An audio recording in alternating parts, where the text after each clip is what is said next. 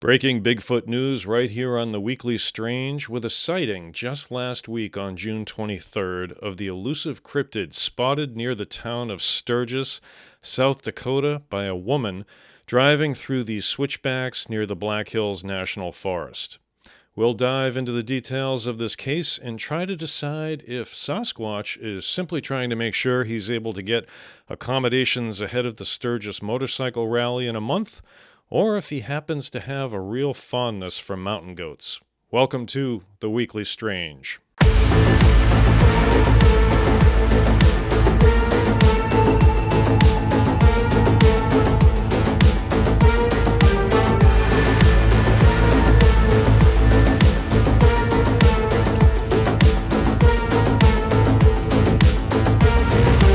Hello, everyone, and welcome to the Weekly Strange. I'm your host, John F. Mers, author, actor, adventurer.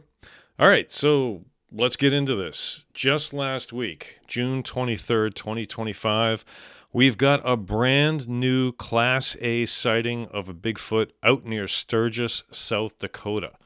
The witness, a 25-year-old graduate student at South Dakota State University, is studying occupational therapy, and she was on her way back home from Deadwood City to Rapid City at around 10 o'clock in the evening. Now, that's about a 40-mile drive that should take, somewhere on the order of 45 minutes to complete.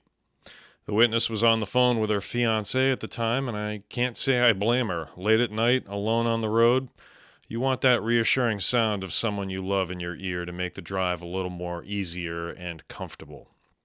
She was relatively early in her drive, however, approaching the outskirts of Sturgis, where there are switchbacks in the highway. Now, for those who don't know what a switchback is, it's basically a zigzag. It's a series of sharp turns like hairpin curves that allow you to better navigate mountainous terrain.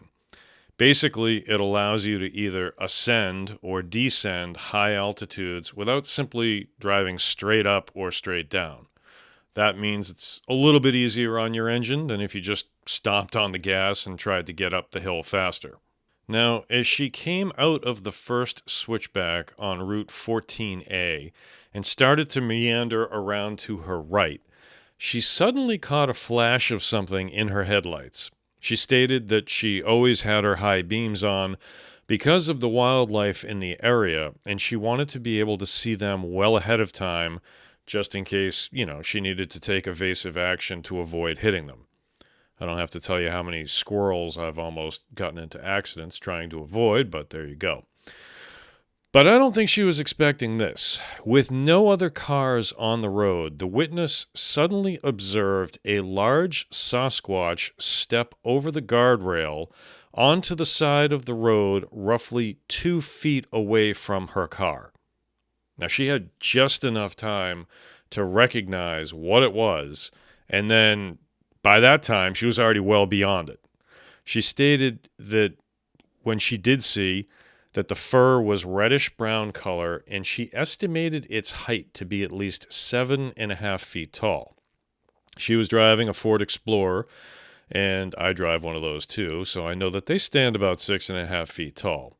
She said it was easily taller than her car.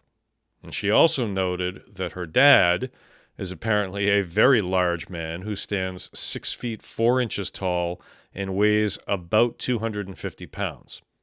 But this creature that she saw was far bigger than that. Incredulous, she commented to her fiancé that she thought she might have hit an animal and that she needed to contact her father.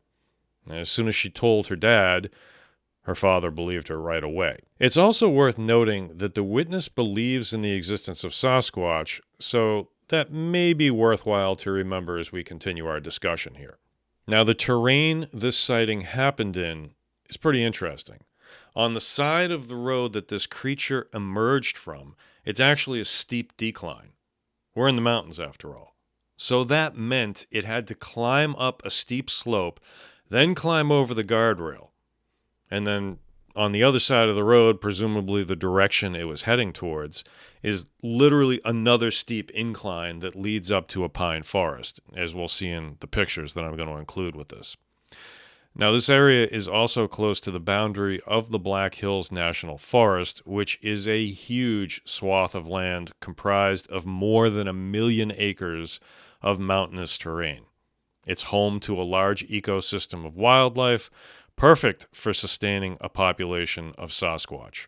Now, it's also worth noting that the South Dakota Game, Fish, and Parks Department typically release herds of young mountain goats around this time of year to help support the population in the area. Which begs kind of the obvious question: does Sasquatch have an affinity for dining on mountain goats? Have they discovered that this time of year there are going to be more food options for them, and hence they come closer to Sturgis because of it? South Dakota Game, Fish, and Parks also release these goats knowing that there will be a massive influx of tourists into Sturgis who would love to get a picture of a mountain goat. I mean, it's not really my bag, baby, but, hey, if goats are your thing, then have at it. Sturgis has you covered, I guess. Now, they've apparently been releasing these goats since 1924. So this may be a very well-established behavioral pattern that Sasquatch knows about and plans accordingly to travel closer to civilization for the benefit of grabbing a goat or 2 or 6, 12, what have you. Now, don't Google that. I already did, and there weren't any compelling results to my query about if Sasquatch actually eats goats. Instead, I got a bunch of those crazy Bigfoot videos that are all the rage these days, with the guys using the selfie sticks to take Bigfoot videos. But it would certainly make sense to me that they would. And like the great white sharks that venture north to Cape Cod this time every year, these resident Sasquatch have simply recognized when there's a ready supply of food that they can take advantage of. And the Black Hills National Forest area has a long history of Bigfoot sightings dating back decades. So this type of sighting isn't really uncommon for that region. Unfortunately, as is so often the case, we don't have any photographs or video from the incident, which is why I always tell people to get a dash cam. Just have it running anytime you're behind the wheel. That way, if you're in a squatchy part of the country or woods or wherever, and something suddenly happens, you don't even have to worry about trying to capture it. The dash cam has you covered. Not that I blame this witness for not wanting to go back, alone on a mountain road with a very, very large Bigfoot lurking nearby. Yeah, I'm good. And this witness seemed very confident in what she saw, swearing on her life that she knows that it was a Bigfoot. And while she didn't get any footage the night it happened, to her credit, she did venture back to the spot where she had the encounter the following day, just to take pictures of the area to better explain her story. And I was impressed by that, quite frankly, because it speaks to the desire to make sure that she was absolutely clear and concise about what she saw. And she did so while the event was still fresh in her memory, rather than wait a few weeks while, she processed the event and everything associated with it, but potentially forgot key details. She was right on top of things and went back to the same spot to make sure she captured her thoughts perfectly. Now, in looking at her photos, you can see that there is that steep decline next to the guardrail that the creature stepped over. But what's really fascinating to me is the nature of the steep incline on the other side of the road. Again, presumably where the creature was heading. It's basically a rock face with little bits of shrubs here and there.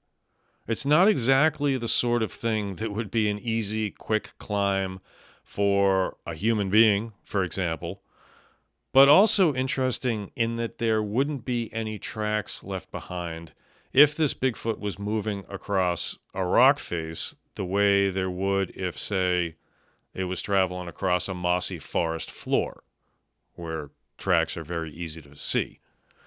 Now, surely that's just the nature of the environment with it being mountainous, But I also think it speaks to a certain level of Bigfoot wisdom, so to speak. Try not to leave any sign behind. Why invite more curious people to come into your environment and potentially hassle you? You can see how incredible this terrain is in these other pictures also. Look at that pine forest in the background rising up out of the landscape. It looks like a phenomenally impressive area. And the fact that it's more than 1 million acres is truly sprawling in just overall area. It's incredible. Now, obviously, I was kidding earlier about Bigfoot needing to make sure that he was able to reserve a hotel room in time for the Sturgis motorcycle rally in August. But it does beg the question, what about that? With the huge influx of people and machines into the town, how does that affect the environment and population of Sasquatch in this neighboring area? Have they learned to move to another area so as to stay undetected? Was this particular Sasquatch doing just that, migrating to a different area ahead of the influx of humans? And here's the thing. There are cave complexes all over that area in the Black Hills that would no doubt make for perfect hiding spots while the area around the park experiences that huge upswing in activity. You've got fresh mountain goat, a good hiding spot deep in the middle of 1 million acres, and no reason really to emerge until after the partying in Sturgis is over. But of course, that's all speculation. I do try, however, to look at things from a certain degree of tactical awareness, and especially from the perspective of not wanting to be found. Some of the cave complexes in South Dakota are tourist spots, but I'll bet there are plenty of others that have yet to be found by human eyes, but that the local wildlife know all too well. And if I was an elusive cryptid intent on remaining out of the public eye, I'd grab a few of those goats and head underground. Goat stew, anyone? Now, with the summer now in full swing, and it's really hot, this is traditionally the time of year until about October when we see the most Bigfoot sightings. No doubt this is fueled by the simple fact that more people than usual are outdoors enjoying the great weather. Will we see more activity during the summer of 2025? Undoubtedly so. As always, I remain hopeful that someone will get some really spectacular video or photographic evidence. So, go buy those dash cams. And that is going to do it for this episode of The Weekly Strange. If you enjoyed the video, please be sure to like it, subscribe to the channel, turn on the notification bell so you don't miss any of our uploads, and leave me a comment below. And please, please, please keep it classy. I don't want the stuff on the edge there or anything like that. Keep it classy, people, all right? In the meantime, I've got some great new merchandise that's going to be coming out for The Weekly Strange, so I think you're going to enjoy it. We've got a couple of new aspects of the show with the graphics here that I hope you're enjoying. We're trying to up our professionalism a little bit more. So in the meantime, if you have anything that you want to reach out via email, we are at theweeklystrange@gmail.com. Also, I've got a bunch of new books that are going to be coming out in the very near future, so stay tuned for that. For now, thank you very much for watching. Thank you for listening. Have a wonderful night, and I will see you next time here on The Weekly Strange.